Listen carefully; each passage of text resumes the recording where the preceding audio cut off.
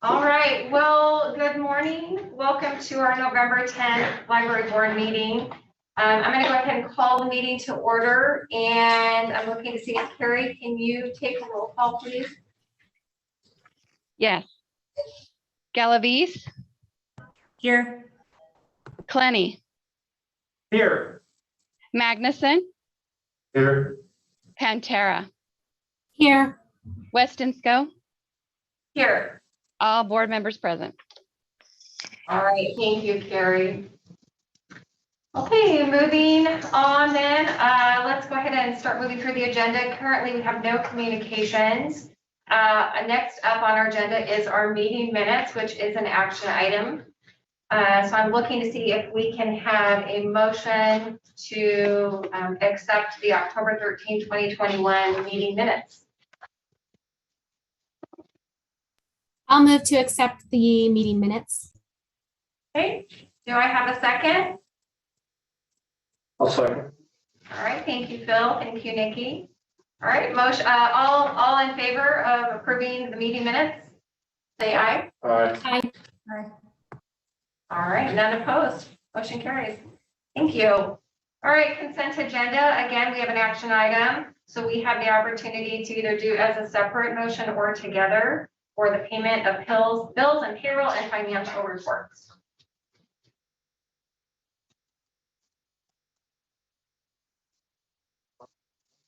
That we accept the consent agenda items, including the payment of bills and payroll and the financial reports.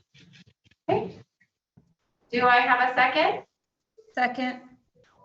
All right, thank you, Phil. Thank you, Sonia. Okay, all in favor? Aye. Okay, motion carries. Sorry, that threw me off a little bit. Okay. Can everyone hear me okay? I didn't ask, and I'm trying to make sure I ask at the beginning of the meeting with the mask. All right, thank you. Yeah. Okay, moving on to reports. I see we have Jill. Good morning, Jill, on here from the Friends of the Boise Public Library. Thank you for joining us today.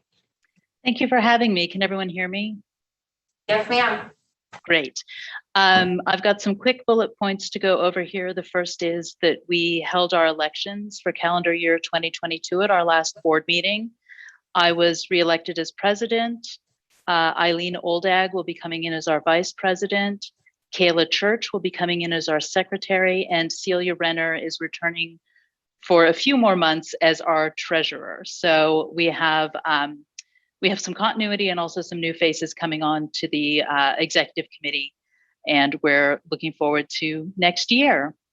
One thing that I don't know if I've mentioned before is that prior to COVID, we had been raising money in support of a new library building, and all of our sales had been branded with the idea to raise $1 million for the main. So when that project went away, we were sitting on a whole bunch of certificates of deposit, close to, if not over, $900,000. Obviously, in the last few months, interest rates have taken a nosedive, and since we're looking at a long-term prospect for a new building, we've decided to invest those funds, and so we have engaged an investment advisor, and we are essentially using that money to just let it build and grow as another opportunity comes along for a new building. We thought that was the most prudent way to go, since we had been raising this money on the back of the Raise $1 Million for the main campaign. And since we do all of our fundraising through small individual sales, it would be practically impossible to go back to people and say, hi, we're going to use this money for something else. So in order to continue to build on the community enthusiasm and support for that project, that's how we've decided to handle that. So we are investing a little bit over time so that we don't go in at any particular moment in the market. And we're just looking forward to trying to get some better returns than we were with our certificates of deposit. I just thought that might be of interest to you, knowing that that money was out there for the future. And another update I have is this last weekend, we had our first, what we would characterize as a big sale for For us, it was 2.5 days in the auditorium at the library, and we were able to raise almost $16,000. So we're really thrilled with those numbers. Previous auditorium sales going back many years now raised between $20,000 and $23,000. But this year, not only did we have capacity issues because the city wanted to make sure that we stayed below a 50-person census in the room at all times, we also spread out the tables more. So we actually had less inventory on the floor than we normally do. And we also had reduced hours because the Saturday hours were only 10 to 2 in line with the library's opening hours. So all of that said, we're pretty thrilled with the response. We had about 350 people a day through the doors. And we had a great response from the community. We had no problems with people complying with mask mandates or distance or anything else. And everybody was just really thrilled to have the opportunity to come back. So we are thrilled with those results. Wonder how many more times I can say thrilled. Our next fundraising event is our December auction, which will be online the first weekend in December. And we are getting ready for our 2022 sales calendar. So we're already marching forward. So that is what I have for you all today. And I'd be happy to answer any questions or give you some more vignettes from the sale if anyone is interested. Well, I for one, Jill, am thrilled to hear of all the great work that the Friends continue to do. The great seed money there for the 900,000 and investing that, prudently is very exciting to see, but great results for your opportunity there over in the auditorium. Thank you for your efforts. Fellow trustees, any questions for Jill? Comments, feedback? All right, well, on behalf of the trustees, please pass along our gratitude to each of the volunteers. Jill, thank you. Thank you so much.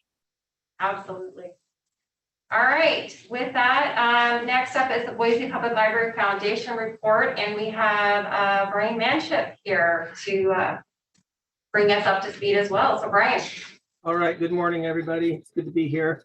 First and foremost, I want to acknowledge and apologize for missing last meeting because I had the day off by 1 and I found out after the fact that I had missed it, and I had full intentions of being there. So I'm going to give a little bit of a report that would have been done that month as well at the last meeting because we also had elections in September, and these were interim elections. Our annual meeting is not held until January, but upon the resignation of Lynn Hoffman as chair for the foundation, it was necessary to have an election for her position, her former position.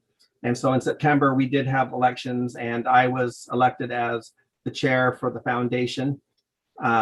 Most of the other positions were retained. They stayed in their positions, including Katie Dang, who is the vice chair, Ron Williams, who is our secretary.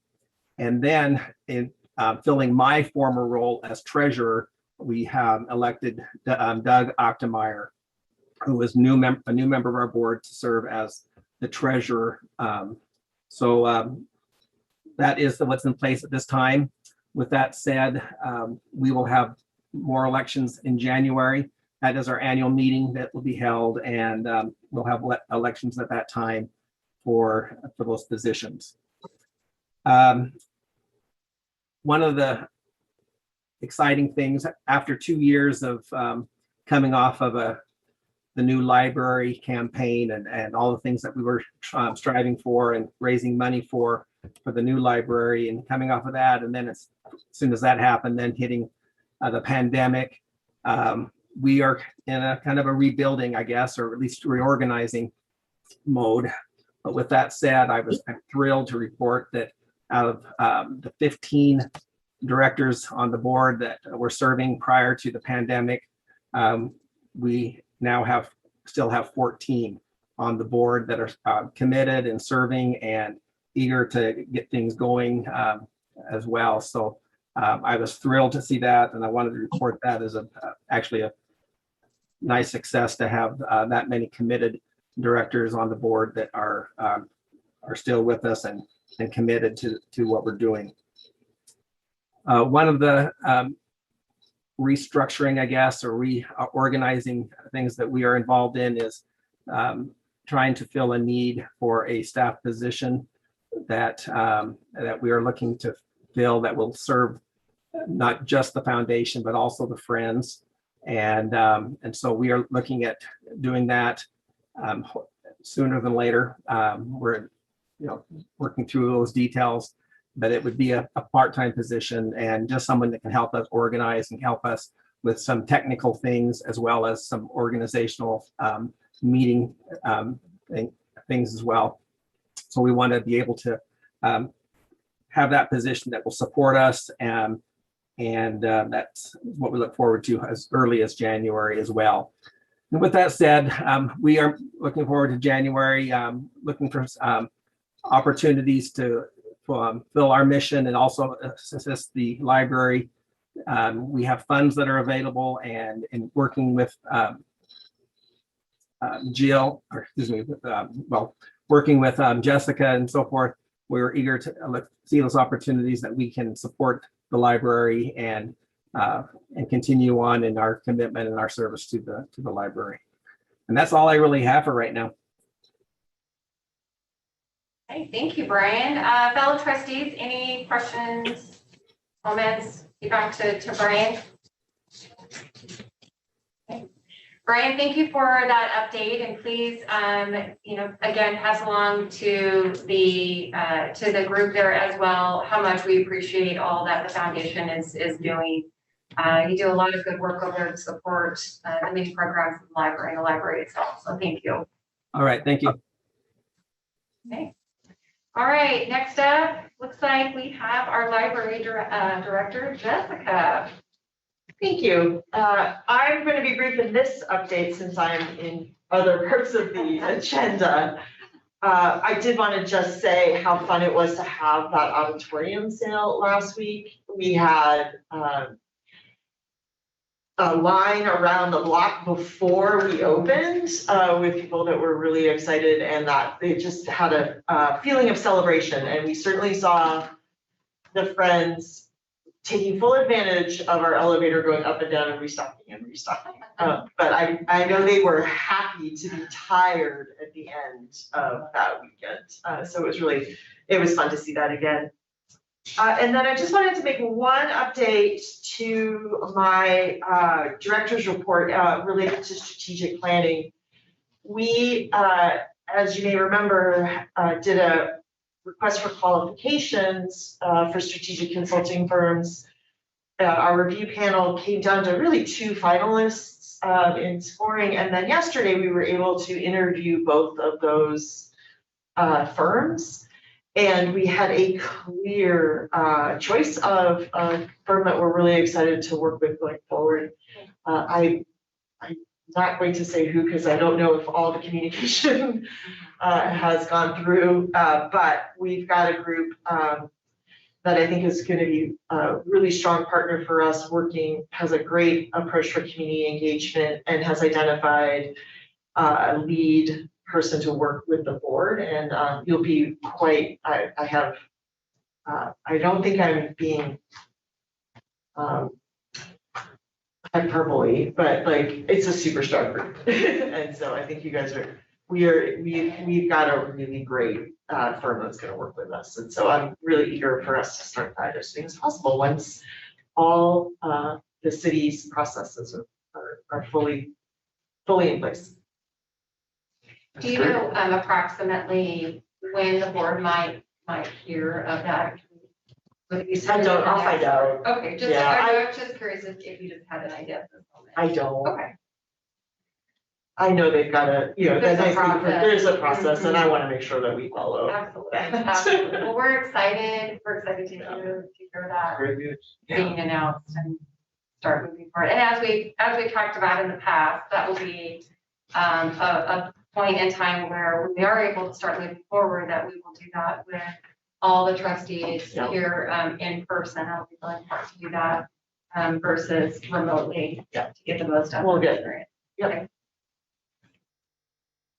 Anything else for you?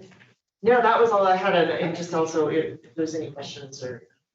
Fellow trustees, any questions in regards to library director report? Just a comment, I find these hyperlinks that are inserted in the director's report really, really helpful. Oh, good. Go back Okay. and watch the working session and everything. Yeah. It's good, it's very useful.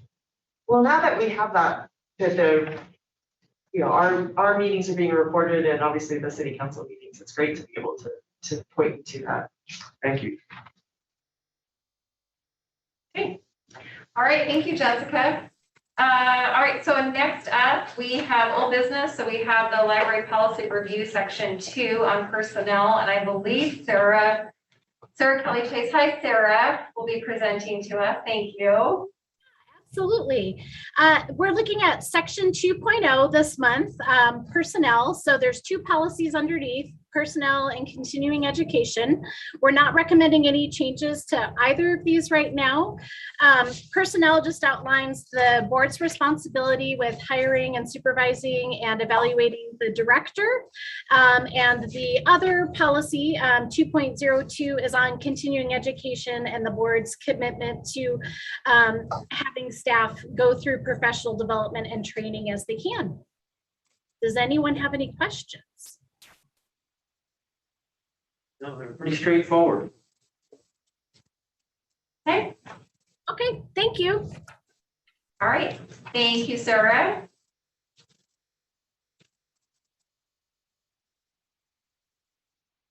All right, so next up is new business, and we have the new library card designs, and I believe we have Josh that will be presenting the 5 finalists. Good Hi, morning, everyone. Josh. Good morning. Can you hear me? Yes, sir. Perfect. Thank you. Thanks for this opportunity to talk about our new library cards. We're very excited about them, and I do have a PowerPoint, so bear with me for a moment. And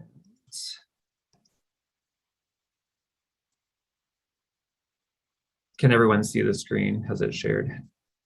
Yes. Yes, we can. Okay, perfect. Thank you. All right, so we'll go with the project overview to start with. So the last time that we did any kind of major redesign of our library cards was back in 2007. So we created this project with the goal of creating new designs that would capture the mission and vision of the library by exploring themes such as community experience in the library, imagery or illustrations from stories, intellectual freedom, universal access, innovation, and life in the city of Boise. So for this, we worked with the Department of Arts and History at the city, which was fantastic. They have a lot of resources and contacts with artists and other creators. So, and they do calls for artists regularly. So that helped us immensely getting this project going. So the idea was we would select, we put out a call for artists and we selected 5 artists or artist teams as finalists, and those finalists would be commissioned to develop new library cards, which would then be voted on by the public to narrow it down to 3, and those 3 would be turned into brand new cards added to our regular rotation of library cards. So each of the finalists that was chosen was awarded $500 for their completed design. And so for a quick timeline, the last time we added a new card was in 2016. So it's been a while, and it was the lovely giraffe card, one of the local giraffes at our zoo just across the park. But it's been a while, so we felt like it was time to get some fresh cards, and we're really excited by the idea of working with local creators and artists to do design. So this year in June, we issued the public call for submissions. And then the end of July, the submissions were due, and we ended up with 42 submissions from folks. And there's a lot of just really amazing work. And so the folks who submitted were asked to share samples of their artwork, their bios, and information about themselves, so that the design or the committee, which was assembled, could review those, and from that information decide upon our final 5 creators to make the cards. So the review committee was made up of members of the Arts and History Commission. There were also artists, local artists as part of it. And we had 2 library staff members, Eliza Ruby and Aurora Galloway, who are librarians and information services. We chose our staff members by lottery. We asked anyone who was interested and had time to submit their names, and then we drew their names out of a hat, so that everyone had an equal opportunity to participate. And then Tanya Westonsko also represented the board and the library as part of the review committee. So on middle of August, the review committee met, selected the finalists. Arts and History worked on the contracting with the artists. The final artwork was due at the end of October, and then public voting began Monday this week, so a couple days ago. And then the voting is going to run until the end of November, at which point we'll tally up the results and figure out the 3 finalists, and those designs will then be made into library cards to be added in January of 2022.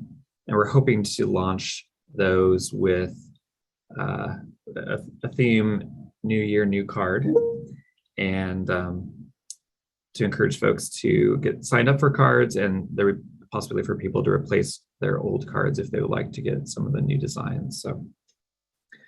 So I'd like to go through and talk about the creators a little bit and share their artwork. So this is very text heavy. I won't read all of this, I swear. But while I'm reading it, I'm going to show you. So this is Miguel Almeida, and his design is called Traversing into Wonder. And Miguel is a Boise-based illustrator and artist, working both traditionally and digitally. As a first-generation Mexican-American, his artwork explores the experience of growing up as a part of an immigrant family, the majority of whom dedicated their lives to working agriculture in Idaho. He believes it's crucial to show the contributions and tell the stories of his family, as well as those of other first-generation Mexican Americans like himself. So this is Miguel's piece. And then our next designer was Julia Green. And this is Julia's design. And Julia Green is an illustrator and service pattern designer in Nampa, Idaho. She was born and raised in Boise and graduated from Boise State University with a BFA in illustration. Over the years, she has created artwork for all kinds of projects, from music albums, greeting cards, and children's books to children's rain boots and toy designs. She is heavily inspired by the huge amounts of cartoons she watched as a 90s kid and the illustration styles of the 50s and 60s. And then our next designer and ex-finalist is Ben Conkle. And Ben is an illustrator and animator from Idaho. Since earning his BFA in illustration from Boise State University, his work has been awarded by Communication Arts American Institution, or Illustration, 3x3 International Illustration Annual and Illustration Daily. His art has also been published by the New York Times, the Wall Street Journal, and Scientific American. So this is Ben's design. And then we have Meredith Messenger. And Meredith was the only one of our artists who chose to go with a vertical design, which is great. Our cards we have in the collection already are both vertically and horizontally oriented. So, and Meredith, as a child, loved watching animated movies, pausing over and over on a single frame until she could recreate the image in her sketchbook. She never quit drawing, painting, and sketching, building, and paper cutting. After graduating from Boise State University with degrees in illustration and music, she found ways to happily work in both areas filling her days with graphic design work and momming her evenings and baby nap times with illustration, and then also playing in community bands and orchestras. And our last design is from a sister duo, Beth and Kate Williamson. Beth Williamson studied visual art and loves creating with paper, and Kate Williamson is studying English and loves reading and writing. The sister duo combined their passion for art and books in this project. The interesting thing about this is that it is paper cut out and then photographed. When I first saw their designs, I was under the impression that they were digitally rendered, but they are not. So I'm talk a little bit about the voting process. So as I mentioned, voting is open now and it'll run through Tuesday, November 30th. There's a voting station at each of our library locations where people can come in and vote in person. We have a ballot box. We have I voted stickers, which you can see examples of here in the image. For those who vote, they can take a sticker. And we also have an online option that folks can access through the library's website to vote. Voters are being asked to choose their 3 favorite designs from the 5 that were presented. As far as who's eligible to vote, everybody. This includes city and library staff. Our goal here is to generate public excitement around the new cards and to encourage public engagement and voting. So, and we've so far had a lot of really great feedback from folks who are excited about the designs. And I know just talking to other staff members that the real struggle is deciding which 3 to choose. So, and then the voting outcomes, I mentioned the 3 winning designs will be made into new library cards available starting in January 2022. And this question had come up, so they won't be replacing any of our current card designs. They'll be in addition to the designs that we currently have. So no one's favorite cards are going away, hopefully. And then lastly, there's a bunch of folks who are involved in making this project happen. So I wanted to call them out specifically because we really appreciate all of their hard work and the time that it took to get this off the ground. So, of course, first of all, our director, Jessica, and the library management team, Tanya for being involved in the selection process, as well as our librarians, Eliza and Aurora. Jamie Lundergreen, who is our community engagement manager, and Lindsay Drybergen, who is our interim community engagement manager since Jamie is out on maternity leave. Our colleagues at the City Department of Arts and History, Carla Claire and I talked about this project years ago, and it's taken a long time to happen, but he was involved at the start of it. He's since left the city for another position in the Arts and History Department in a different city, but he helped start it. Katina Crum and Jennifer Rybar at Arts and History have helped see it through. Aaron Snethen did all of our design work for our ballots and our posters and all the things that you see surrounding them, the cards, which has been super helpful. And then all the artists who applied, there were some really great, Tanya can attest to some really great submissions from different artists. There's even one from, I can't remember how old she was. I want to say 8. A very young person had submitted, and the Arts and History folks, I think, sent a special thank you to her. And so it was sort of inspired by that, in addition to the voting information or the ballots and the I voted stickers. We have blank templates of our library card, so kids or anyone can take them and design their own library cards, bring them back, and we'll hang them up at the different locations. So, and then of course our fantastic library staff, who always deserve thanks. So, does anyone have any questions?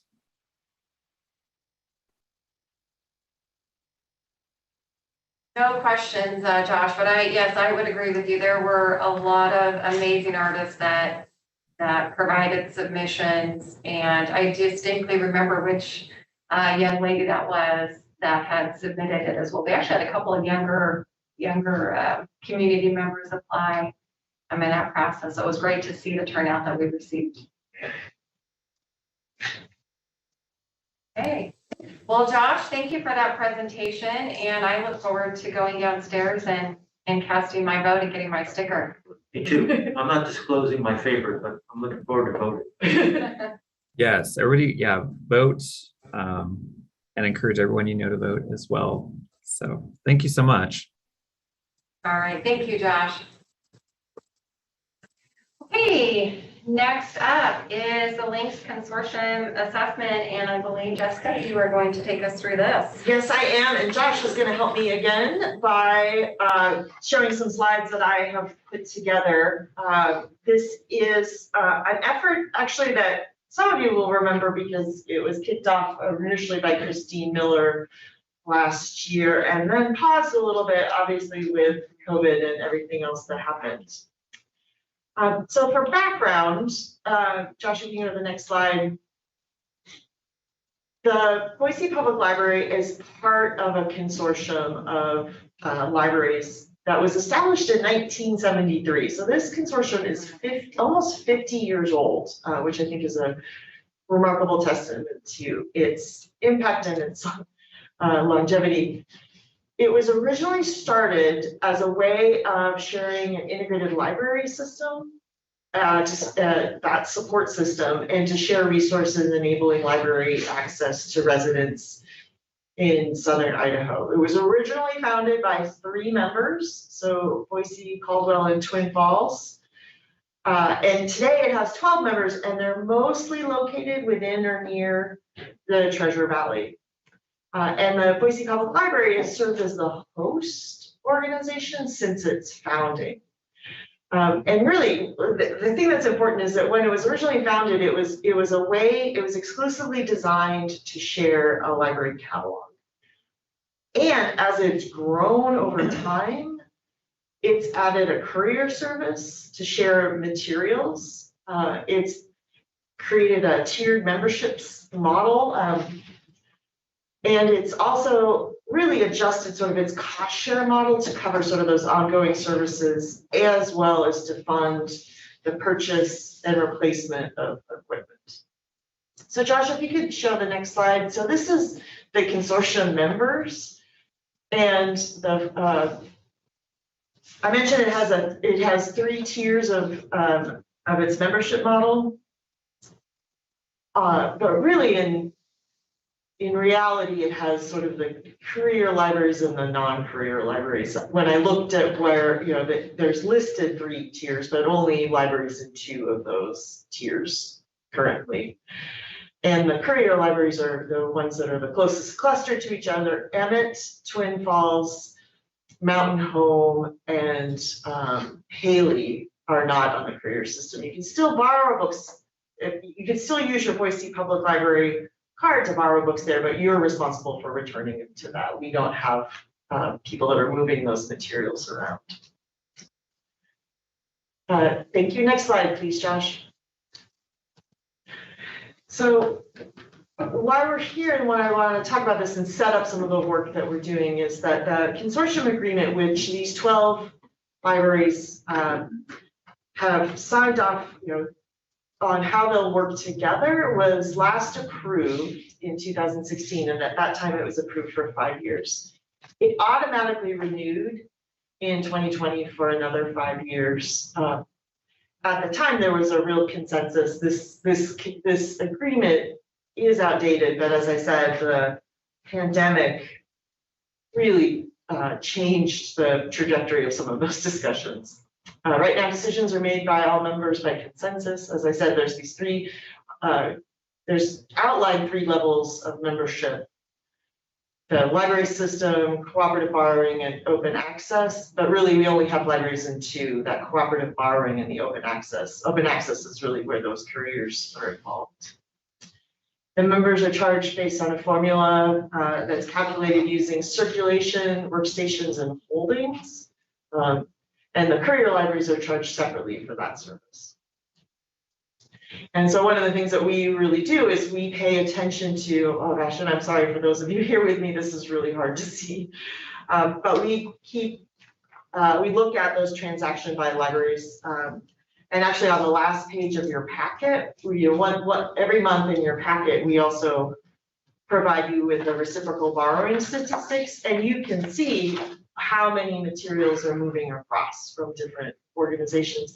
And as you'll see, a lot of this is sort of driven by size and geography.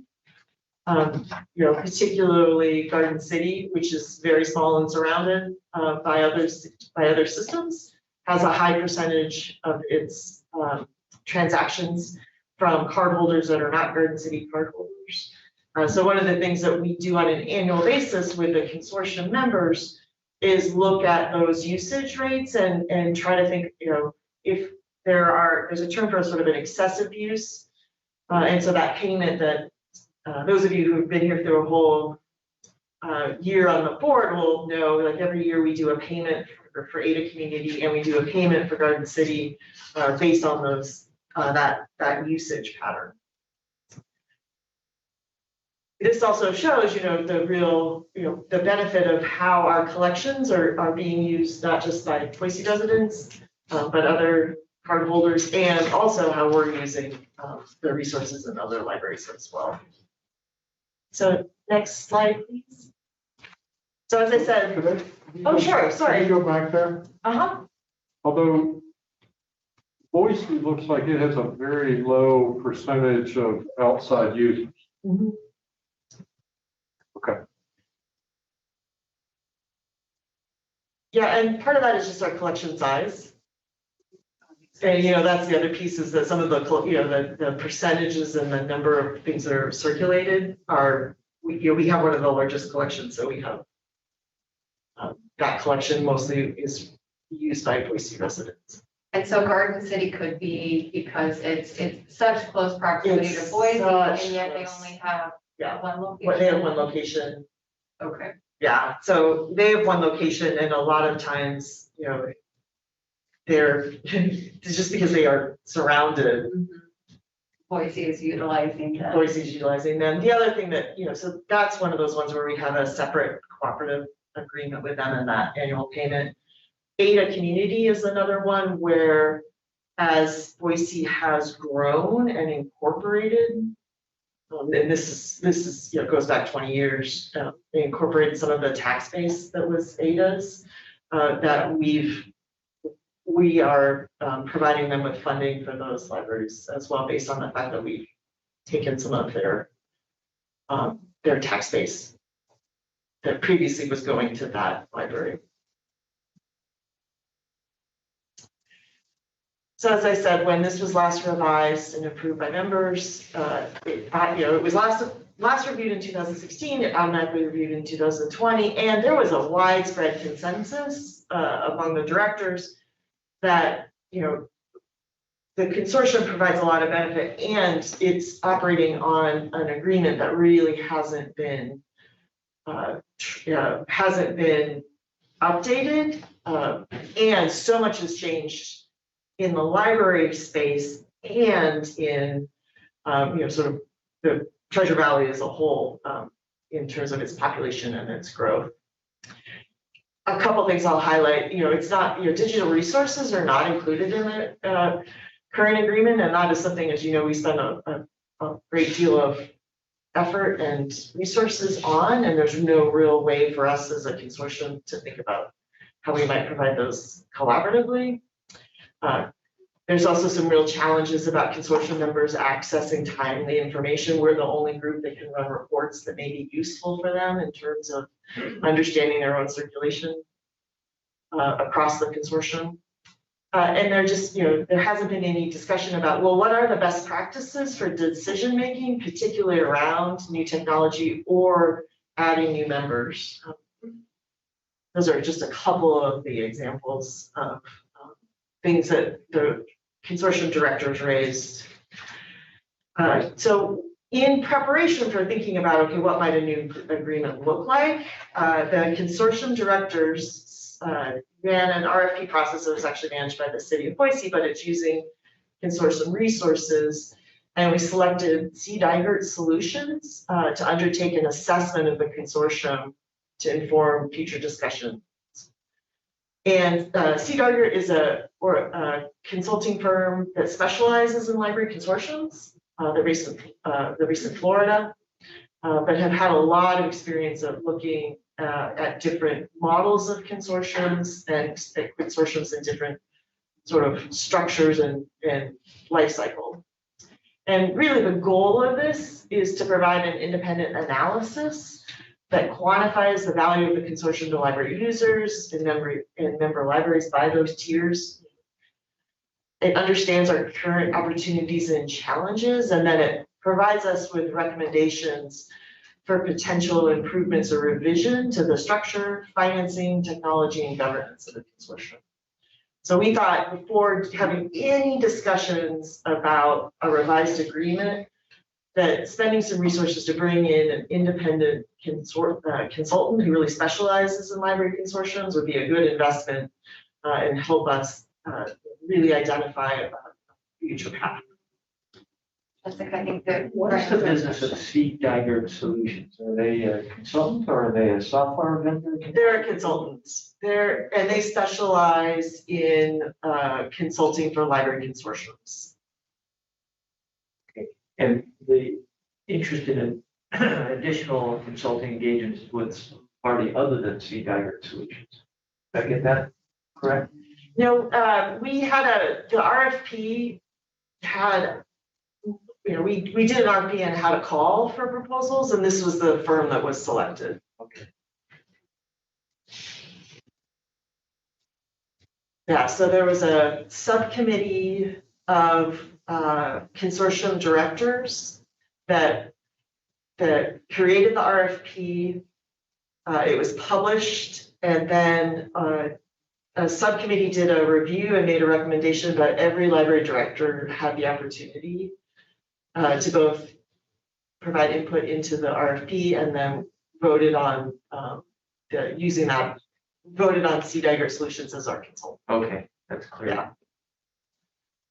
Yeah. So that kicked off last month, and some of the major activities in this, first off, is engaging library staff and stakeholders to better understand challenges and opportunities. This includes a combination of one-on-one interviews, focus group discussions, and survey instruments. They're also compiling and analyzing data for each membership tier to understand the usage, costs, and compensation. Working, and that'll help them quantify the value of the consortium to each member library. And for us, then that is the baseline to help them develop recommendations on digital resource sharing and developing recommendations for improving the structure, governance, and operations. And the timeline here, and then a request that we'll be making for board participation. So between October and the end of the year, the scope is finalized, those initial staff and stakeholder interviews, the staff survey, the data collection and analysis, some of the early modeling on potential cost shares. In January and February of next year, this is when C. Dygert Solution would like to do some focus group discussions, including a cross-section of Board of Trustees members. Any revised agreement will need to come to the board to be approved. And so they built in an opportunity for board members to see how the assessment is going and then provide input. They're requesting in February a 90-minute focus group with 2 Board of Trustee members from each member library. And so that'll help them with the preliminary findings, the value that's being determined, and then some of those recommendations. And they've built in an iterative process with the directors, all accumulating with a final report with recommendations for discussion at the April Lynx directors.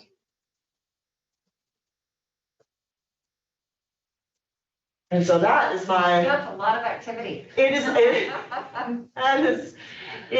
a lot of activity, and it is very good to have have been able to identify and put under contract a firm that really understands how to work with library consortiums. Particularly, this firm has a lot of experience with the digital resources.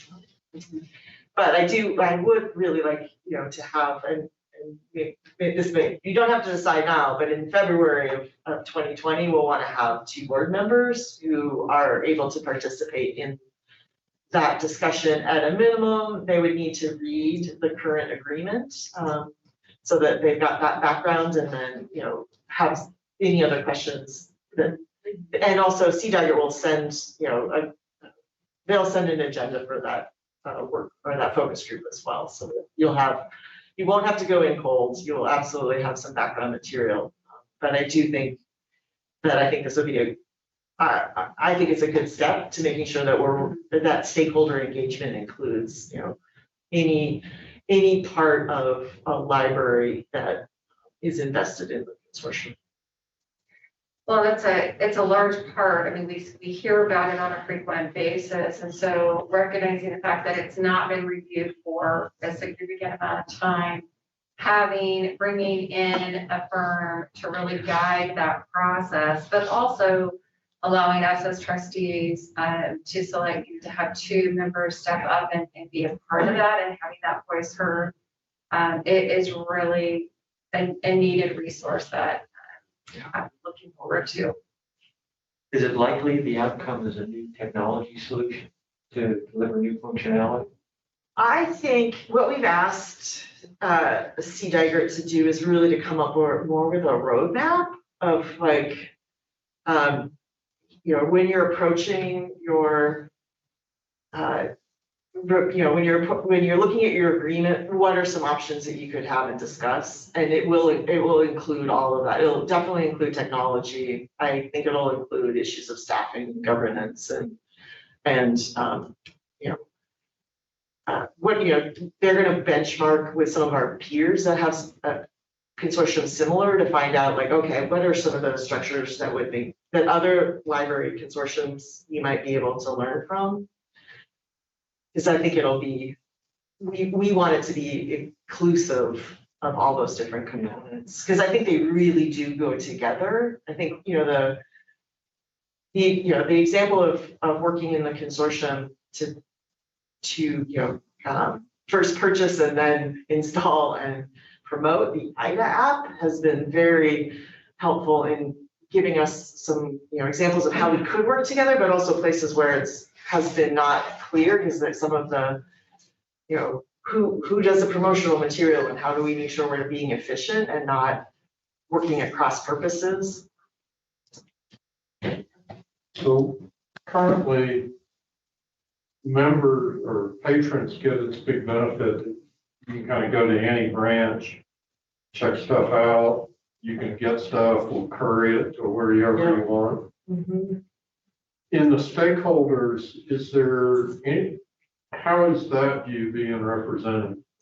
And we've got data about who's using it, but in the stakeholders, I didn't see any mention of real library patrons.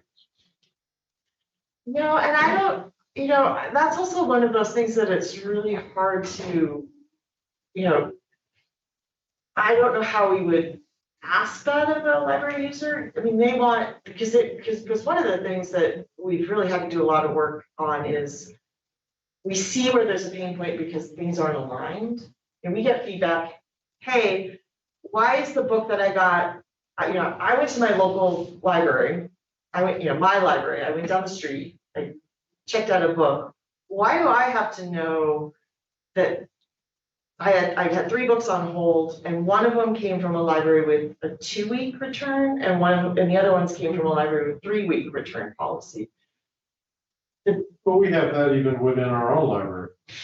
New books are 2 weeks. Right, but we also have that, are there a way that, well, what if our new book, what if you say, yeah, I have a new book, but it's a new book from a library system that only gives you 1 week with that. Those are the places where we get feedback from library users when they're confused because we are inconsistent in our policy. I think library users, they want the books that they want. They want to be able to pick them up where they live. They want to be able to drop them off. I don't know, I'm curious about what input would they give that would be useful, beyond, I don't know, I think that's why you asked them. yeah. So that was just an Yeah. observation I had about the setup of the process. We have, in some of the data collected, and it could be just in the customer comments, that we've received periodically in the past. And I don't know the answer to this, but it seems like it's always broken down by location, but do we have the ability to extrapolate out some of that feedback that could be tied to the consortium? It's just like what you've indicated with, not understanding the disconnect between the return policy depending on what location, or is it just all kind of chances are they're embedded in the. There are two work groups in the consortium that try to look at some of that. One that's focused on circulation and one that's focused on cataloging. Like, when you search for something, how do you make sure that those records appear seamless? So that when you look in that you search for the sound of music, and all the CDs show up as one group as opposed to sound of music from each individual system, because then you can say, okay, I want the sound of music, where do I want to pick it up? As opposed to I have to figure out which sound of music, even though from a user's perspective, they all seem the same. So the cataloging is working on that. Circulation is the group that is working on, and that is the group that, is, staff that are frontward facing that are getting those questions about, well, why, if I've lost a book here, how do I clear my record when I'm a Boise library user, but the book I lost is Ada community. That group has those real pain points, because they get that feedback. And so they've taken upon themselves a multi-year project to just go through every single setting and see where can we be aligned as a consortium and where can't we? And sometimes it is individual policy decisions, and sometimes it's different statutes based on, if you're a city library or if you're a district library, you have, a great example is City of Boise. We need to verify, we verify addresses at a different, different number of years than district libraries. And that's just, the policies and statutes that we work with. So it almost sounds like with the consultants' help, it almost sounds like you, for lack of a better way to say it, getting back to getting down to a basic level playing field before, and they may be able to guide also, I'm assuming, to Phil's question too about how do you engage the public, or is the public engaged? And I think that can come from the consultant, because it sounds like you kind of have to get back to the basics. Right, and I think this is an exercise in how do we have an efficient back of the office that shows up seamless to our users.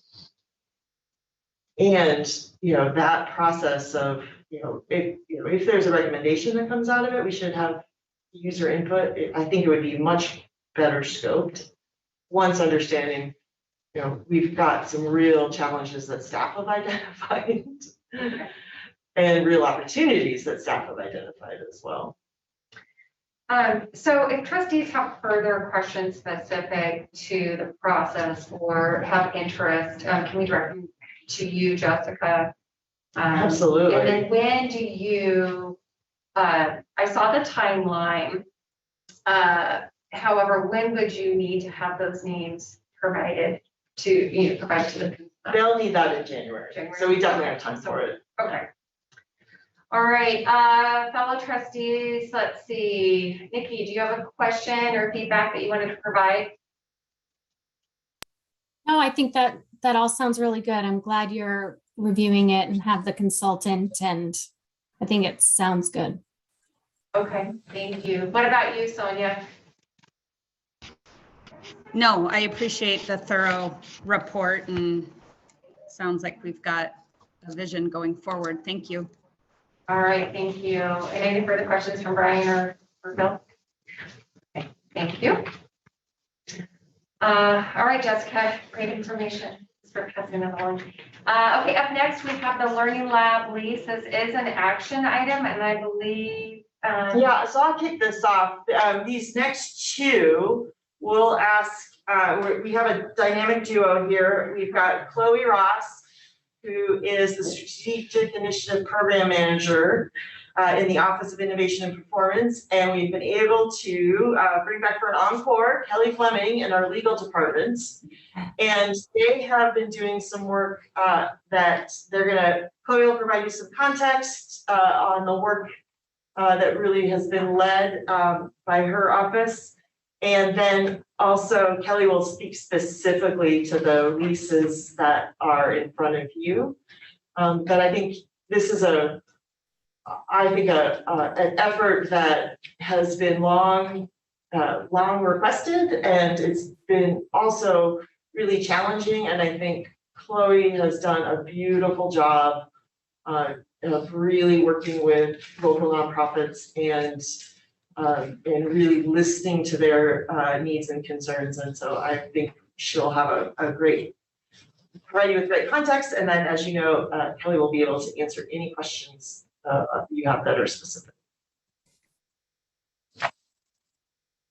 Thanks, Jessica. So as Jessica said, I'm Chloe Ross. I'm in the mayor's office.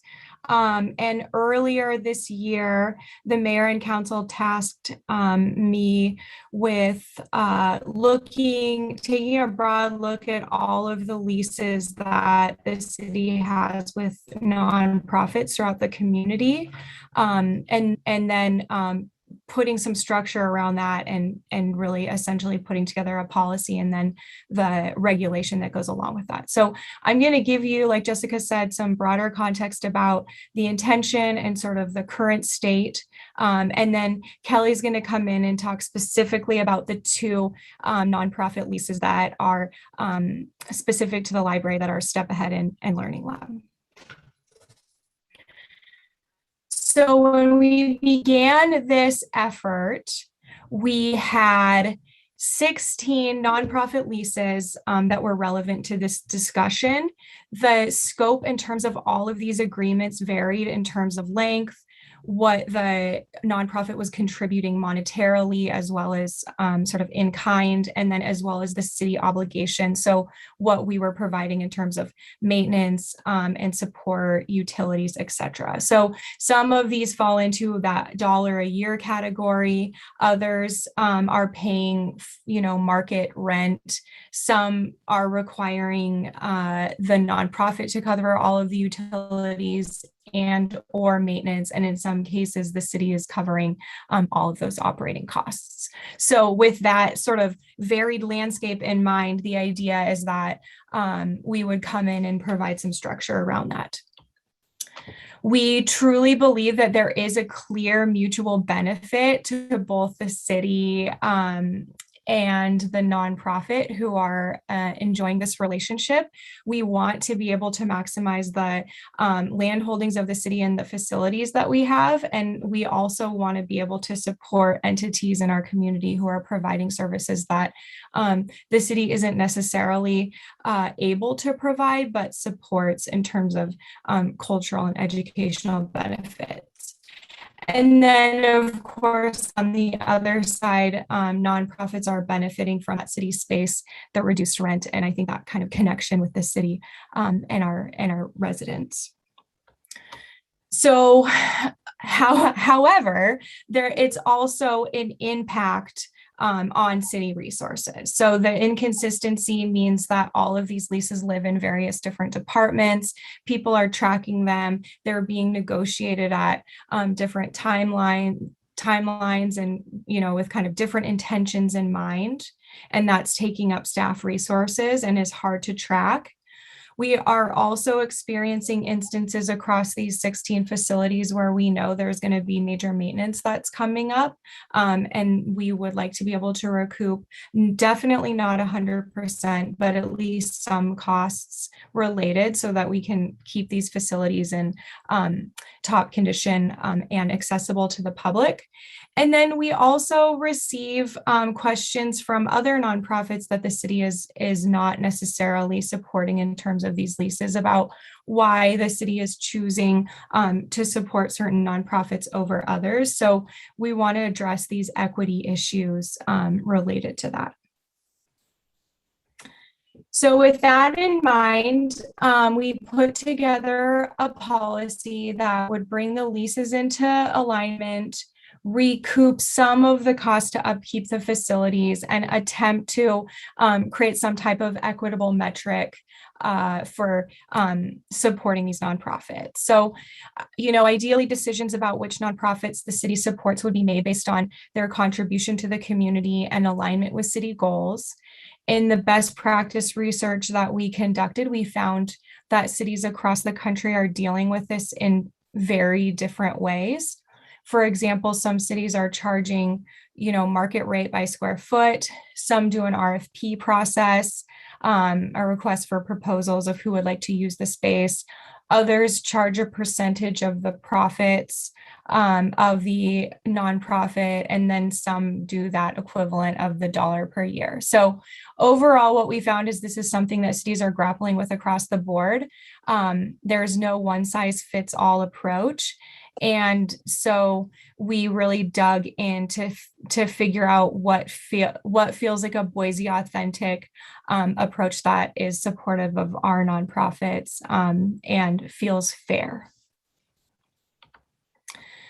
What we determined was that a policy would cover these 4 specific areas. The ultimate goal is to have a standard that would also allow for enough flexibility so that decisions can be made in the best interest of the community per the nonprofits, because I think we all know that not all nonprofits are created equally. Everyone has a different combination of resources and goals. But we do think there are 4 main components that would benefit from the alignment. The standard method for establishing rent, that would include a third-party assessment of the market value of the facility, a delineation of the landlord and tenant maintenance and utility obligations, a definition of the length of a regular lease, and then some type of measurement to ensure the nonprofit is benefiting the community, which is really what we came to is making sure that the nonprofit is providing a resident discount or subsidized services to the community. What we did then, we went to the council and they said, please contact every nonprofit and float the policy by them and receive feedback. So we contacted each nonprofit. We conducted in-person meetings with each of those nonprofits, and we received overwhelmingly positive feedback. And in many instances, organizations had been expecting an adjustment or a change to their agreement for some time. So folks were welcoming the conversation, and I think expecting an adjustment in many cases. In those cases, we came across in more detail different nonprofits who are operating as a ground lease. So they own the facility and the city owns the land.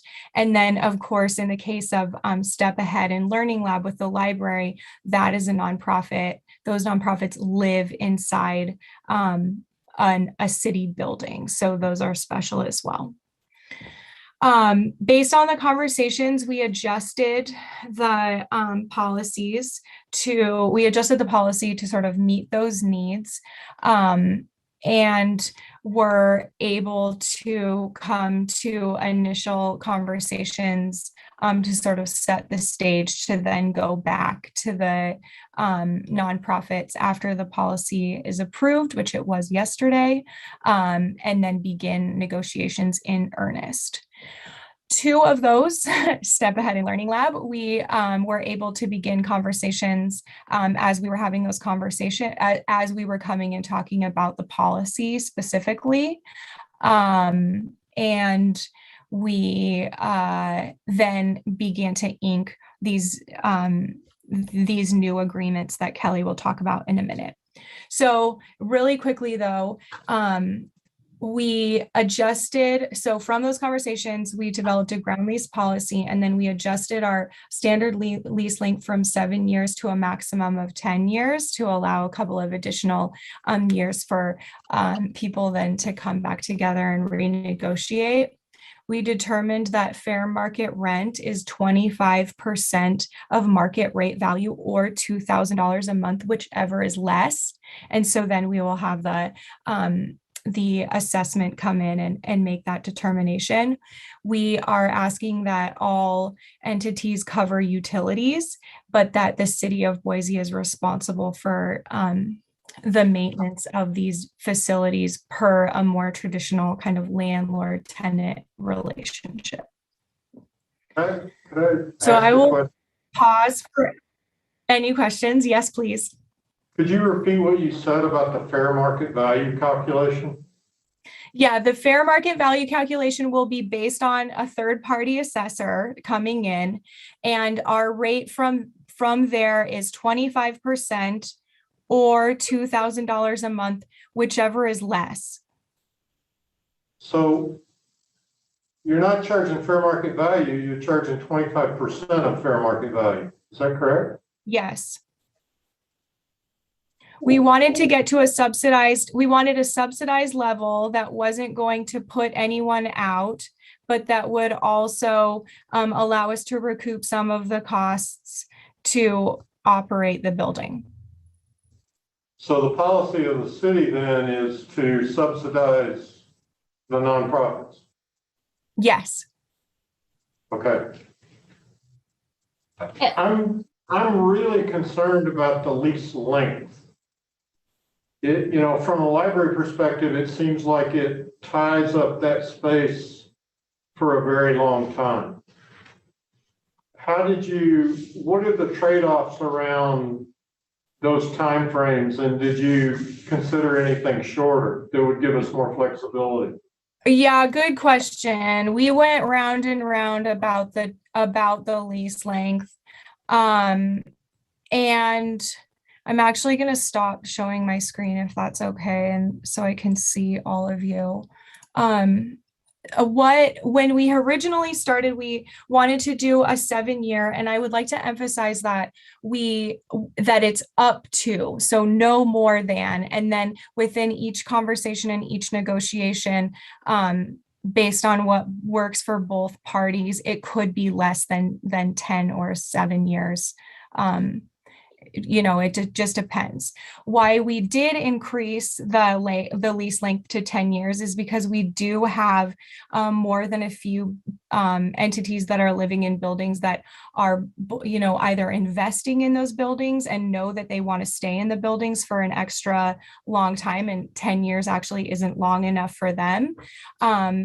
And so we were trying to find something that felt like it wasn't too long, but that it afforded a small enough or enough time, enough length of time to go by that each entity could sort of renegotiate if we need to increase or adjust the cost or adjust the agreement. That would afford enough time. So I think in relation to the library, there's nothing in this policy that says if you wanted, you could do it for 5 years or 3 years or a different time length. We're not the ones negotiating. We're not the ones negotiating with the parties. Yes, I'm aware. What I'm saying is that we want the policy to be flexible enough to allow for a shorter amount of time or a longer amount of time, up to 10 years.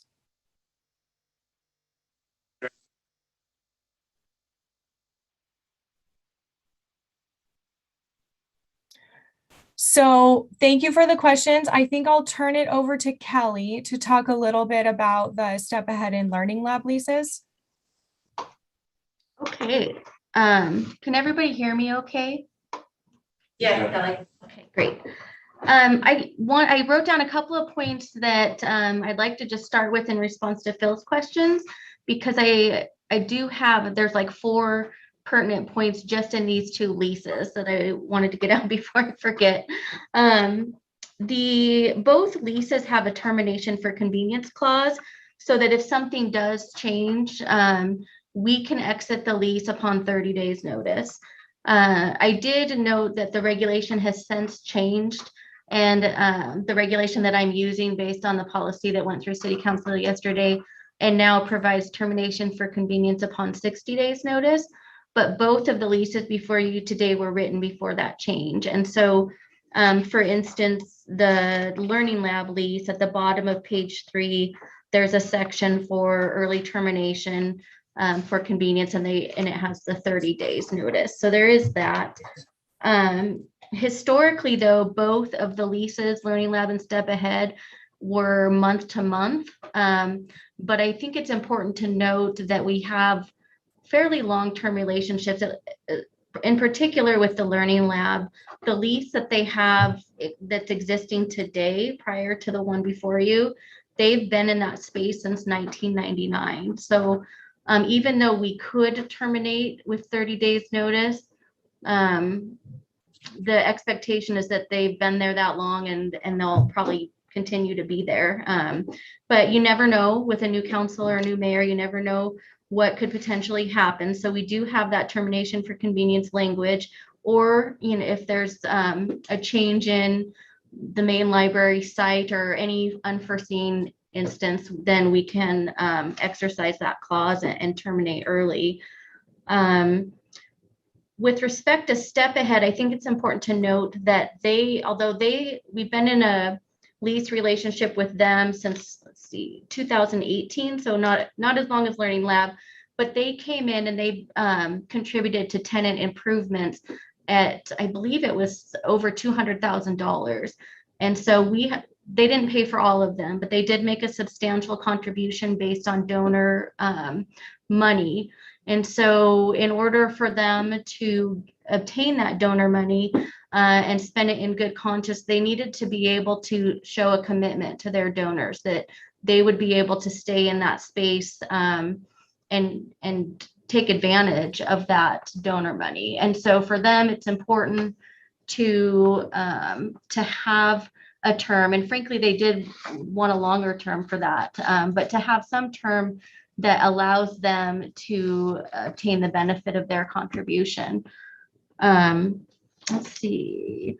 They also have options to renew, but they're not rights to renew. So I think that's important to point out. They can ask to renew, and then we'll revisit it at that time. And that's built into both leases.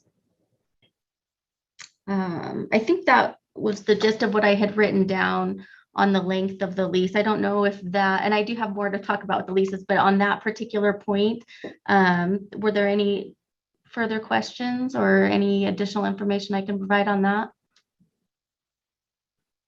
Oh, okay. No, I think that, sorry. I would just be curious to hear from maybe Jessica or someone, with that 25% being such a substantial discount. I think I would feel more comfortable if I understood the benefit to the library and how it's consistent with the library's mission, since it's the use of the library facilities. I don't know if somebody could speak to that. I can add in some info, but I don't know. Did you prefer it from library staff? Well, in both of these cases, it's actually an increase to the lease for both organizations, and part of Chloe mentioned this earlier, that in their inventory of leases across the city, they found really different deals that were made with different organizations at different times. And she referenced, some organizations were paying $1 a year, some were paying $100 a year, some were paying, actual market rate. And so that inconsistency, I think people recognized that didn't sit right. And so, doing the calculation literally but square foot, sitting and saying, okay, what is your footprint in here and what are our costs? So being really transparent about, you'll see one is a sublease and one is a lease. The lease is in a building that we own, and so we're not paying rent on it. So that, that went into the calculation. The, sublease, those costs are higher, and Chloe's team did do a lot of back and forth on when are we going to put this in place, and giving those organizations enough time to understand what that, in both cases, what that increase will be. Because they wanted, they as Chloe referenced, like NGOs knew that this was a good discussion to have, to put boundaries, to not have a month-to-month lease, to have a clear end, to have a process for how a lease would be, either renegotiated or, but because a lot of that just wasn't in place. And so the care that they took, this is why they're coming slowly because of the learning, they had to add a ground lease piece.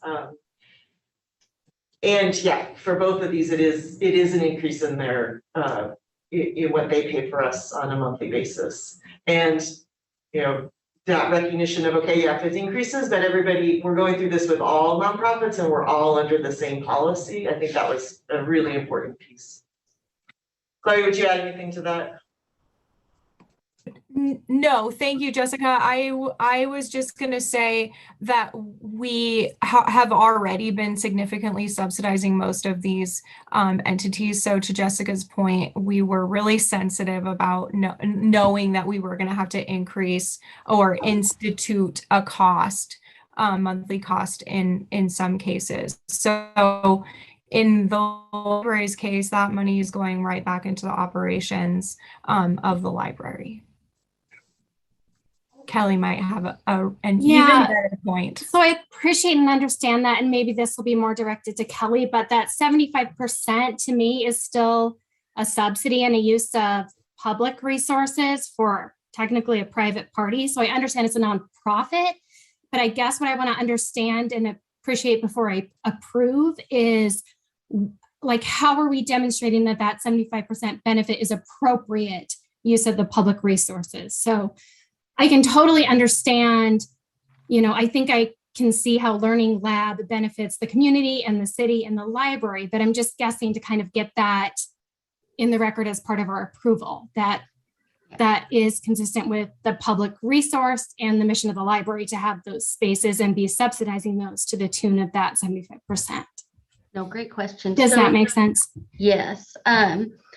So I can't remember, I hate to admit this, but I can't remember off the top of my head what the library's mission statement is, but I can tell you that several of the cases that I looked at over the years when I was legal counsel for the library talk about how libraries in general are the place for learning and gaining knowledge, and that's why you have your First Amendment right to access a library.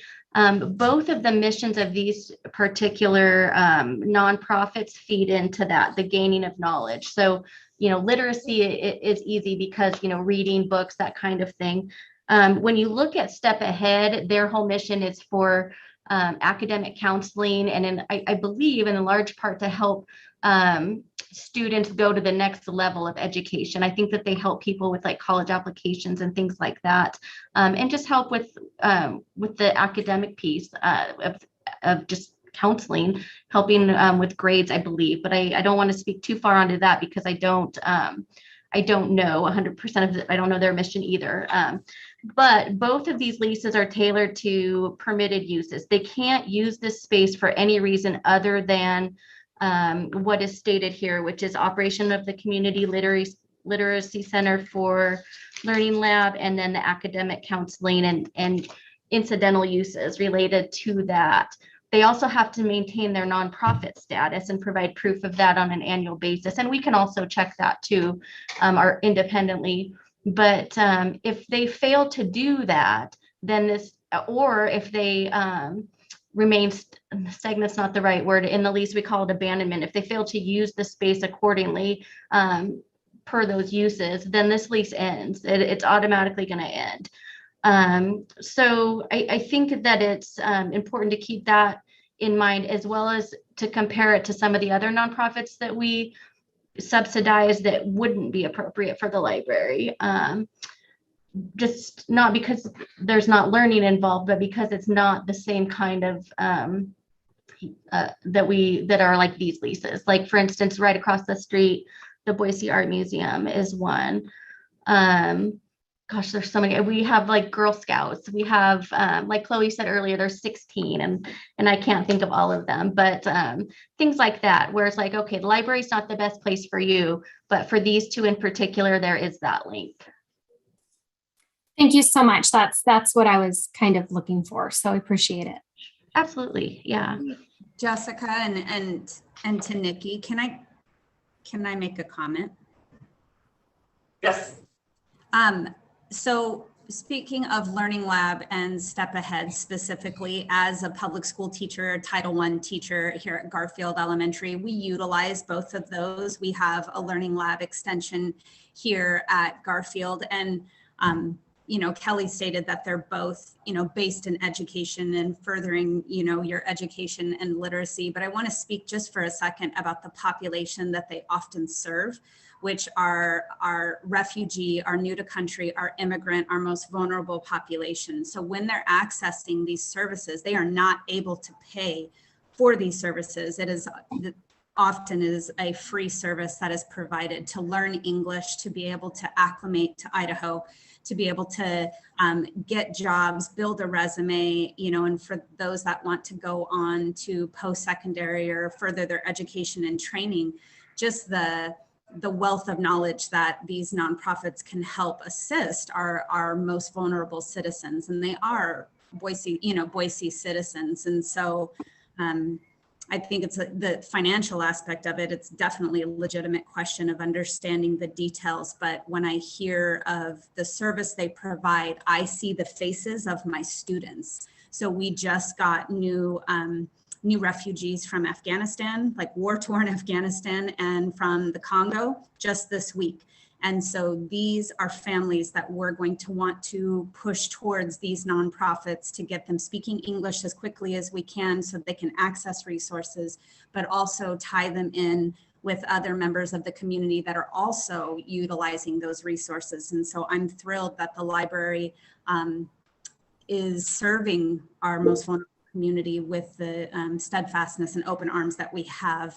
The library I see as parallel to public education, where we serve all and in an equitable space. So I don't know if that helps at all.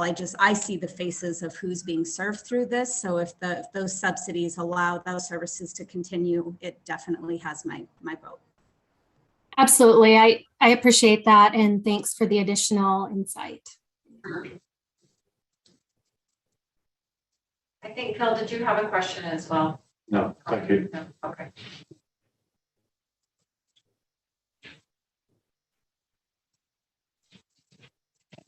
Kelly, did you have additional that you could review with us? I think most of it came out. The only thing that I would point out in addition is that in both of these leases, we are actually paying for the utilities just because of the way that or the fact that these nonprofits are situated inside city, like an operating city building. So there is that additional point for these two that is a deviation from some of the other ones that we've seen. Some of the other nonprofit leases that are in progress where the nonprofits are in buildings where they have exclusive use and they are going to set up their own Wi-Fi and things like that. Sewer, things like of that nature. But that's really the only other thing that I wanted to point out, unless anybody has any questions in addition to those two that we already had. So just for a clarification, Kelly, on the utilities, as I was reading through that prior, it is because it's just into the building, so it's embedded in the building. You can't really pull it out and separate it because of how they are situated within the structures. Is that correct? I'm seeing Chloe nod, yes. Yeah, it wouldn't really make sense. It wouldn't, but we had a really nice starting point to base a formula off of. And so I believe, Kelly, correct me if I'm wrong, that we did account for a small amount of the utilities into the formula for that rent. So it's not 100% like Kelly said we're doing with others, but it has been incorporated into it. Thank you, Chloe.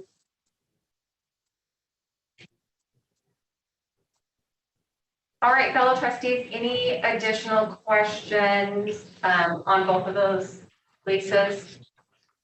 Well, we've got our experts here. Thank you. Thank you, Chloe and Kelly, for allowing us, and Nikki and Sonia for additional viewer insight as well. So, okay, so it looks like the next up is looks like we'll take these separately. So Learning Lab lease, this is an action item. So looking to see if I have a motion on the table to approve, revise, or reject. I move to approve the lease with Learning Lab. Second. Nikki? All right, I think, okay, so we've got a motion and a second. All right, so all trustees in favor? Aye? Aye. Aye. And none opposed? Okay, motion passes. All right, next up is Step Ahead Idaho sublease action item as well for a motion to approve, revise, or reject. Motion to approve. Motion to approve on the table. Okay, do I have a second? Second. All right, all in favor? Aye. Aye. None opposed? Motion carries. Thank you, everyone. Thank you for that good conversation around the leases, because that is a lot of content within those. Thank you, ladies, for joining us and assisting us in that process. Nice to see you again, Kelly. Good to see you all. Thanks for letting me show up. Thank you, Chloe, as well. All right, next up is selection of trustee to review vouchers, which is me. So I'll be around so I can make sure I get those completed. And then the next selection of our meeting date is Wednesday, December 8th, and I will be in attendance. Do we have anyone that will be unable to attend on December 8th? All right, I take that as we will all be here for December. All right, do I have a motion to adjourn our meeting? Motion to adjourn. Thank you, Sonia. Do I have a second? Bill, thank you. All right, all in favor? Aye. None opposed? The motion carries. Thank you, everyone.